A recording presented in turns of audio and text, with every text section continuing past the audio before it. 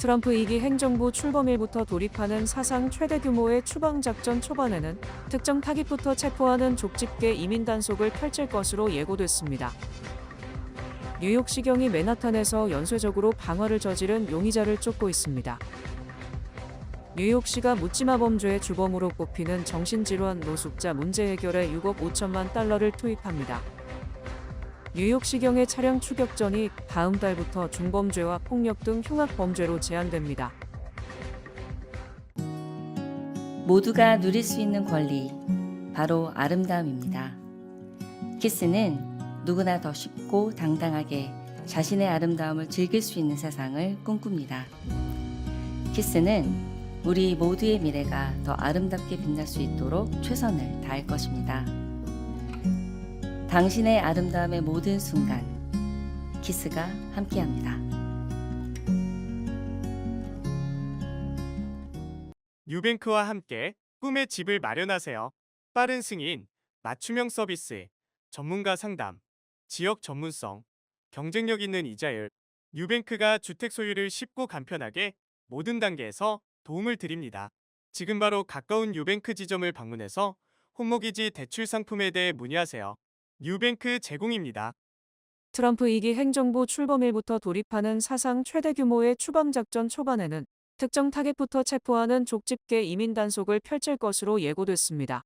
추방사령관으로서 사상 최대 규모의 추방작전을 진두 지휘할 토마스 호만 국경총수는 최근 NBC 뉴스와의 인터뷰에서 트럼프 행정부 출범 첫날부터 개시할 구체적인 이민 단속과 추방작전의 타겟들을 밝혔습니다.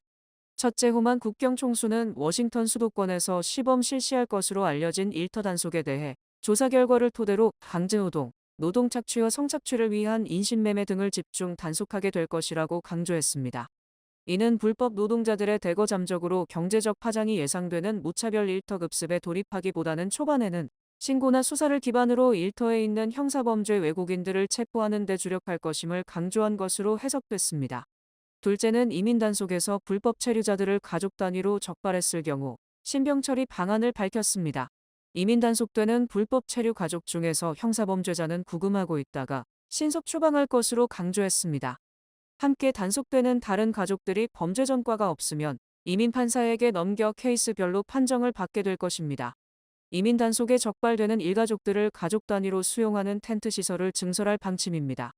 셋째, 불법 체류 부모들과 미국 시민권 자녀들이 섞여 있는 혼합 가정이 이민 단속되면 궁극적으로 부모들이 선택해야 할 것으로 호만 국경총수는 재확인했습니다.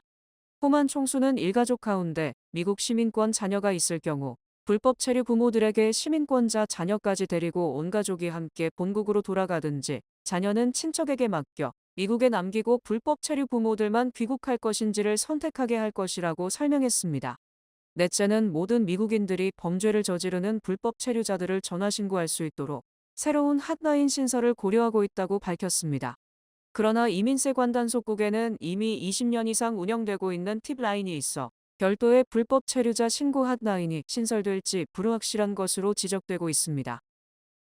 지난달 무고한 승객의 몸에 불을 붙여 숨지게 한 사건이 뉴욕시 전철에서 발생한 지 한 달도 안 돼서 뉴욕시경이 연쇄적으로 방화를 저지른 용의자를 쫓고 있습니다.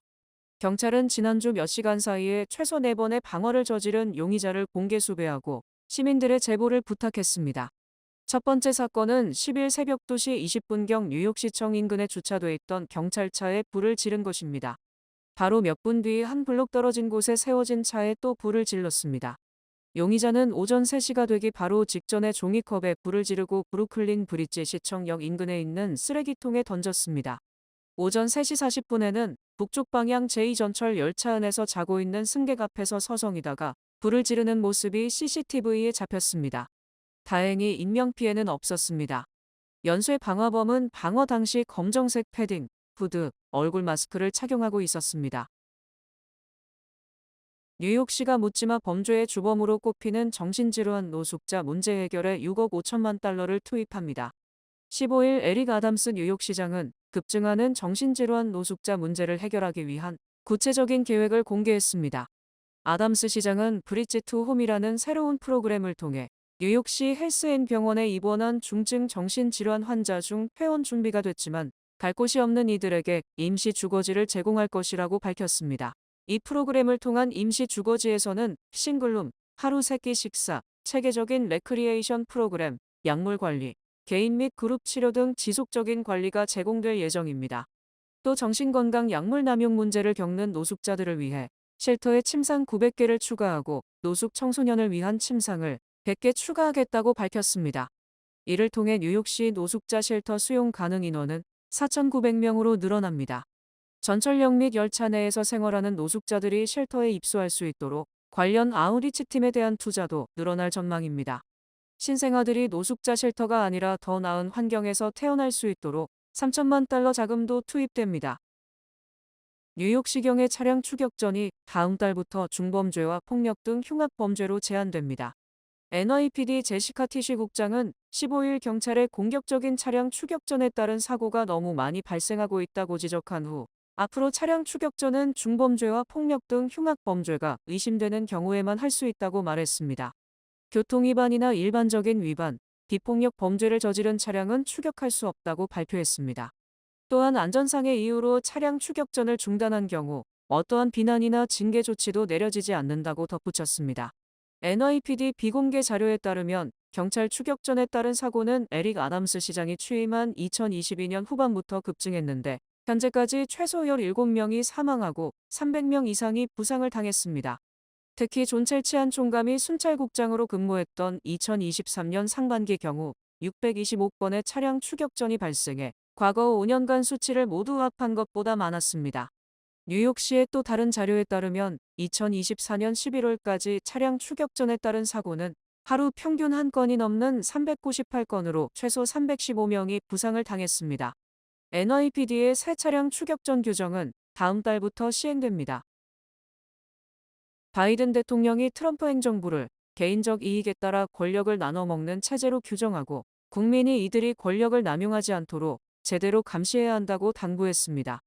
바이든 대통령은 어제 대국민 고별 연설에서 매우 걱정스러운 부분에 대해 경고하겠다. 권력이 아주 소수의 최고부유층에게 위험하게 집중돼 있으며 그들의 권력 남용을 견제하지 않으면 위험한 결과를 낳게 된다고 강조했습니다. 바이든 대통령은 오늘 미국에는 지나친 부와 권력, 영향력을 가진 체제가 형성되고 있고 이에 따라 우리 민주주의, 기본적 권리와 자유, 공정한 기회가 위협받고 있다고 주장했습니다. 바이든 대통령은 현재 상황은 19세기의 문제가 된 악덕자본가의 시대와 비슷하다. 누구나 자기 능력만큼 벌 수 있지만 동일한 규칙에 따라 경쟁하고 공정한 세금을 내야 한다고 말했습니다. 바이든 대통령은 권력을 가진 강력한 세력들이 권력과 이익이라는 자신들의 이해관계를 위해 견제받지 않는 힘을 휘두르려고 한다. 우리는 두려워해서는 안 된다고 밝혔습니다. 특히 소셜미디어가 팩트체크를 포기하고 있다. 권력과 이익을 챙기기 위한 거짓말이 진실을 질식시키고 있다며 최근 트럼프의 환심을 사기 위해 팩트체크 기능을 없애버린 마크 저커버그를 간접적으로 비판했습니다. 바이든 대통령은 연방대법관에게 엄격한 윤리 규정을 적용하고 현재 종신제인 대법관 임기를 18년으로 제한하고 연방의원들의 주식 매매를 금지해야 한다고 주장했습니다. 또 어떤 대통령도 재임 기간 저지른 범죄에 대해 면책받지 못하도록 헌법을 개정해야 한다. 대통령의 권력은 절대적이지 않고 절대적이어서도 안 된다고 강조했습니다. 바이든 대통령은 나는 미국이 성공하기를 바라기 때문에 다음 행정부의 성공을 소망한다.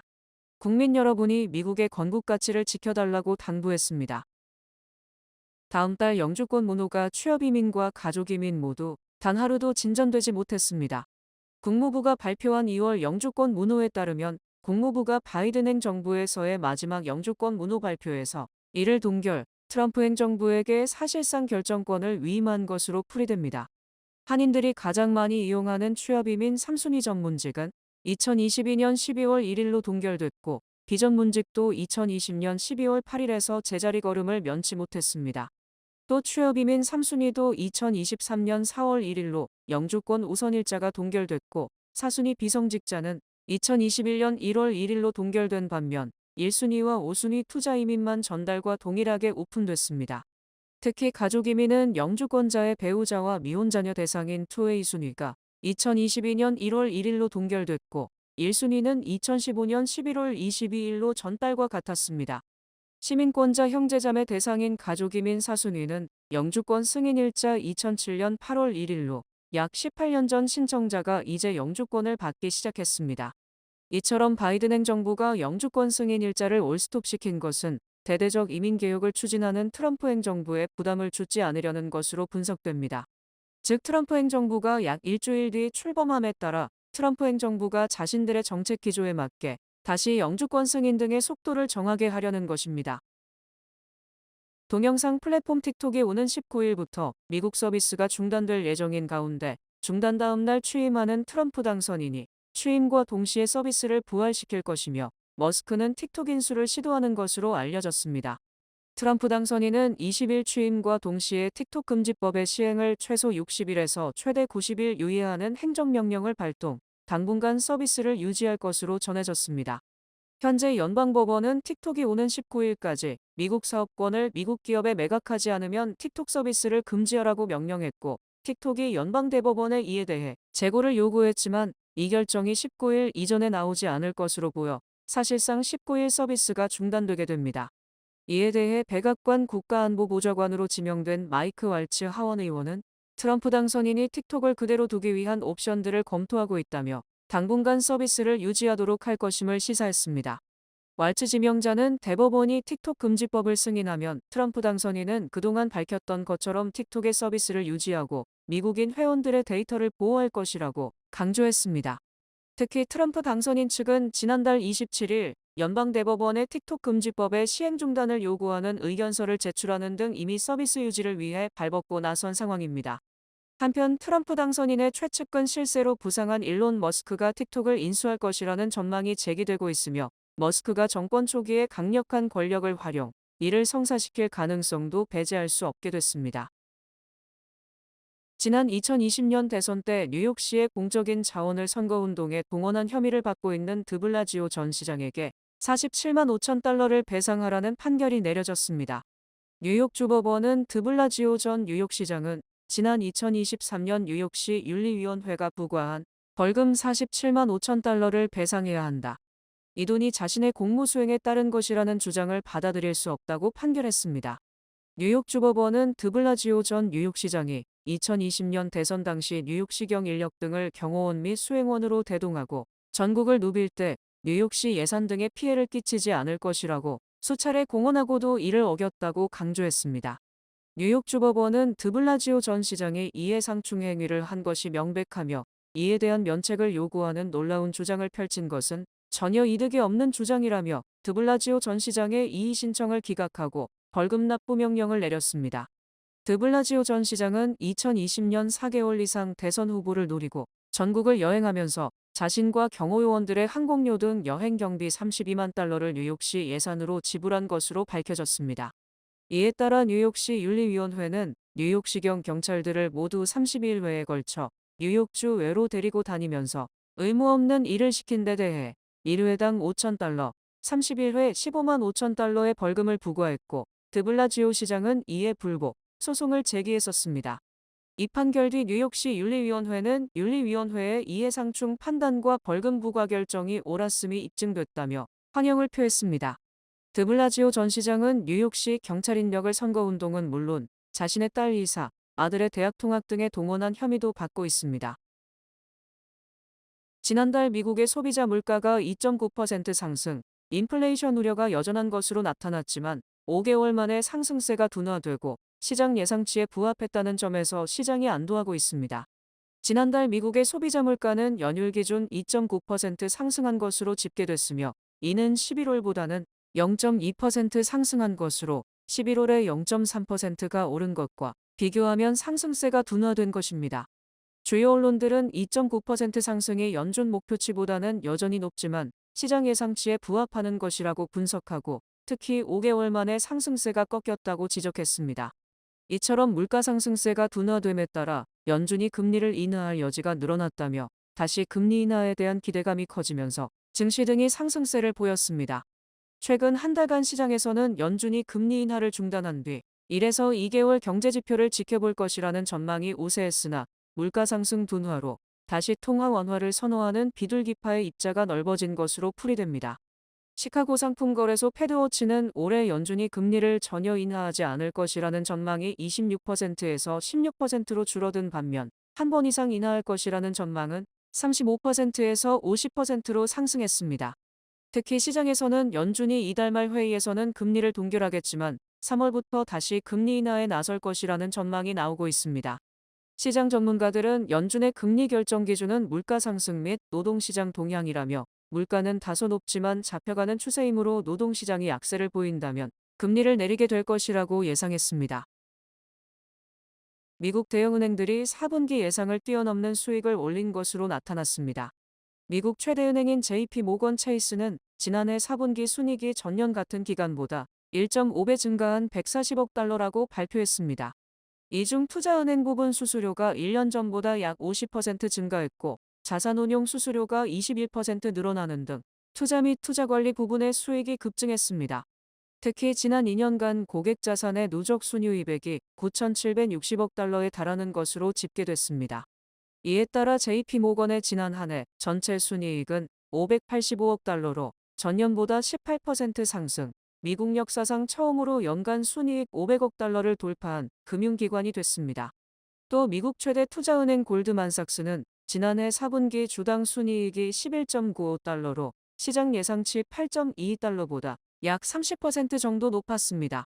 또 4분기 순이익은 41억 1천만 달러로 지난해 4분기 20억 달러보다 2배 이상 많았으며 이는 2021년 3분기 이후 최고의 분기 실적입니다.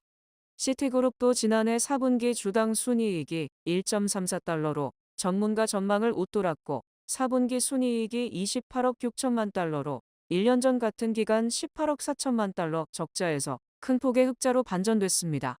웰스파고도 지난해 4분기 주당 순이익이 1.42달러로 전문가 전망치 1.35달러를 넘어섰고 4분기 순이익은 1년 전보다 약 1.5배 증가한 50억 8천만 달러를 기록했습니다. 이처럼 어제 실적을 발표한 4개 대형은행 이익 합계는 1,050억 달러로 2021년 1,130억 달러 이후 처음으로 다시 1,000억 달러를 돌파했습니다. 이들 은행들이 엄청난 수익을 올린 것은 기존 이자 수익에다 기업 관련 투자 수익 증가, 증시 상승에 따른 수수료 수입 등에 따른 것으로 풀이됩니다. 본 프로그램은 누구나 사용하기 쉽고 간편한 체킹 계좌, 뱅크 오브 오프 심플리 체킹으로 새해를 심플하게 시작하세요. 지금 가까운 지점을 방문해 보세요. 주요 단신 전해드립니다. 뉴욕시 보건국은 14일 지난 12월 한 달간 집계된 신의 노로바이러스 감염 사례가 총 1264건에 달했다고 발표하며 뉴욕시 일원의 노로바이러스 주의보를 내렸습니다. 연방식품의약국은 15일 어린이들이 먹는 사탕, 시리얼, 밀크쉐이크 등에 사용되는 인공색소인 적색 상호의 사용을 금지한다고 밝혔습니다.